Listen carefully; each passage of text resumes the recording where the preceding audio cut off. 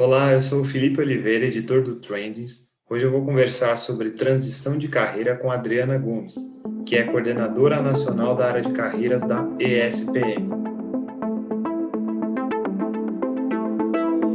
Adriana, eu gostaria que você explicasse primeiro o que você e outros orientadores de carreira consideram uma transição de carreira. A gente pode começar pela transição mais simples, que é a mudança de empresa, né? Então, a gente passa, não estou feliz numa determinada organização, ou estou insatisfeito, ou quero dar um salto maior, e isso é uma transição de empresa, né? Mas dentro de uma trajetória de carreira. E a outra é quando a gente pensa, assim, eu quero mudar o rumo mesmo da minha carreira, ou seja, eu quero abandonar a trajetória que eu vinha seguindo até hoje para mudar para um outro segmento, uma outra área de atuação. Então, por exemplo, se eu vinha atuando como psicóloga até um determinado momento, a partir daquele momento eu quero mudar para a área de administração, por exemplo.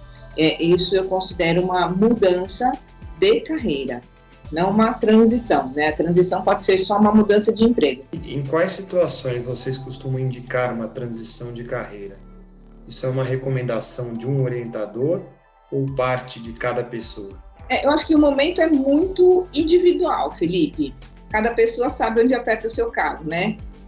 Então, às vezes, a pessoa está insatisfeita, por exemplo, com uma perspectiva de crescimento dentro da empresa, ou ela não está satisfeita com a gestão, geralmente o gestor é um problema sério, né? As pessoas perdem um pouco o interesse na manutenção ou na permanência numa determinada empresa por conta da relação com o gestor. Isso é muito comum.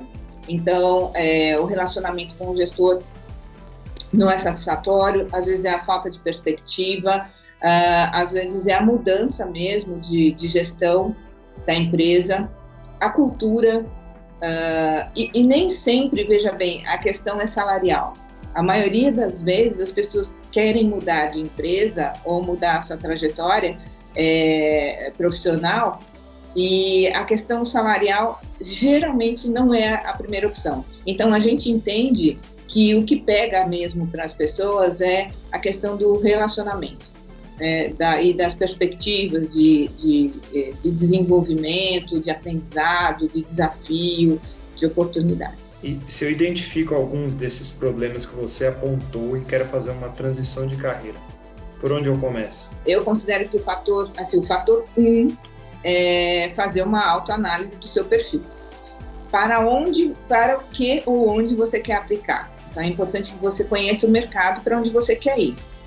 E aí você vai fazer uma ponderação entre o que o mercado está pedindo e aquilo que você tem de melhor para oferecer. Aí você faz um cruzamento, né, uma análise que tem que ser bastante honesta e bastante assertiva. E nessa análise, você pode identificar, inclusive, quais são os seus gaps, né?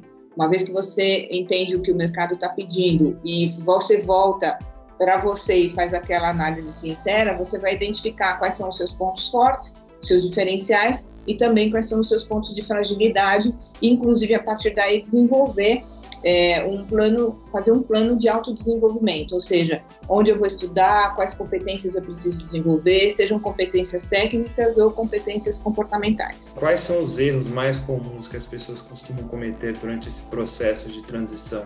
Geralmente é esse ponto número 1, é não olhar muito bem para o mercado, não avaliar quais são as demandas. As pessoas costumam olhar para elas em relação ao que elas já fizeram, então como um olhar meio de retrovisor. Já elaborar um bom currículo já é difícil. Por quê? Porque a pessoa está muito focada nas atividades do dia a dia. E sem olhar o que o mercado precisa, fica difícil ela ter um currículo que seja atraente. Então, esse é um ponto crítico também.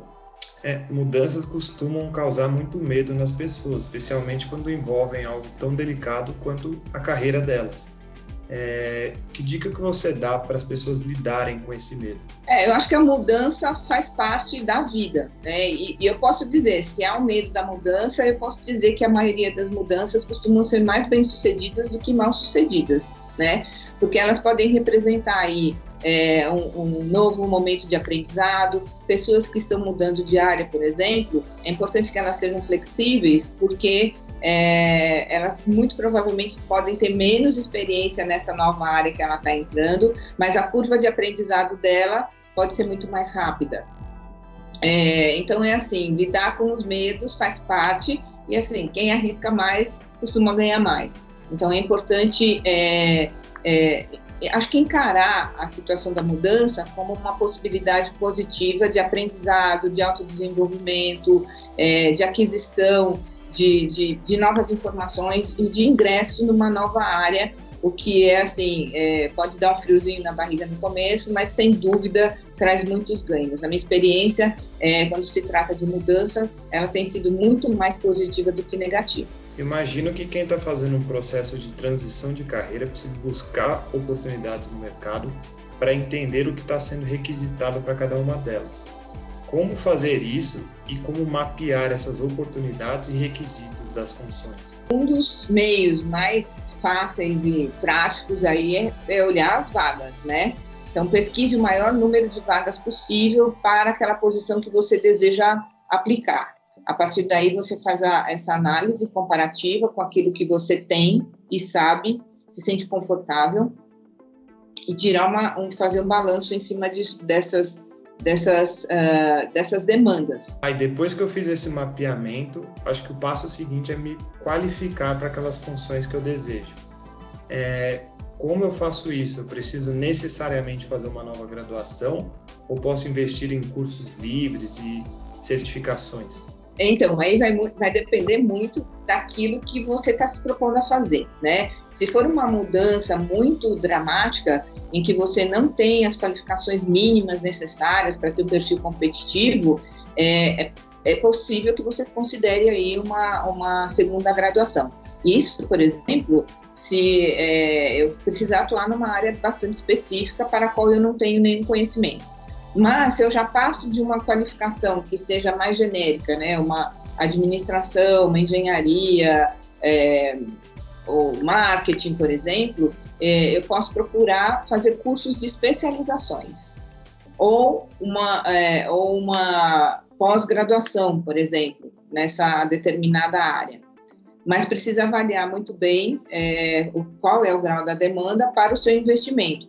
O que eu não acho interessante é você parar de prospectar o mercado porque não tem todas as qualificações. Então, às vezes, é melhor você dar um passo intermediário, buscar uma atividade que te tire dessa outra área que você não deseja, passe um tempo numa atividade que seja mais próxima daquilo que você deseja, para que, então, o próximo passo já seja ingressar nessa nova área.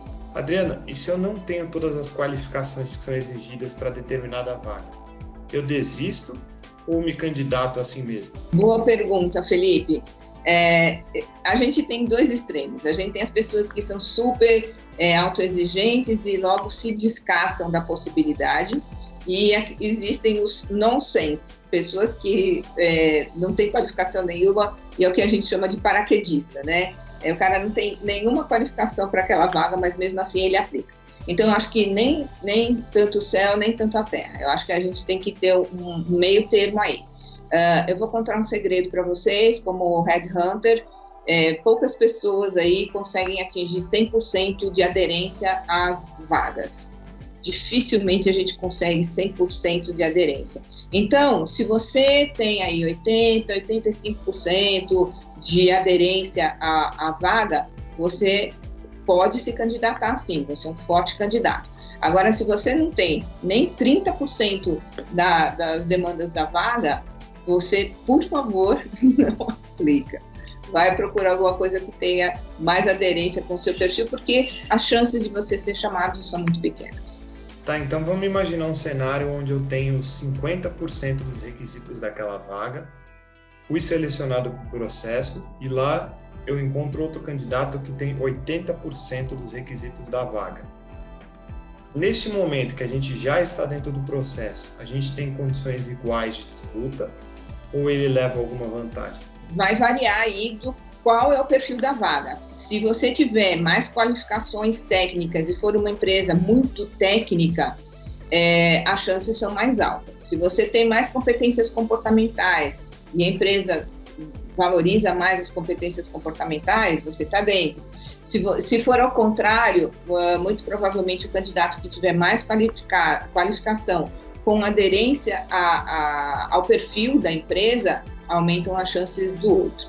Mas assim, uma vez que você esteja dentro do processo, não é você que vai falar, não quero mais participar, a menos que você entenda que aquela vaga não tenha nada a ver com você. Mas se tiver, deixa o barco rolar.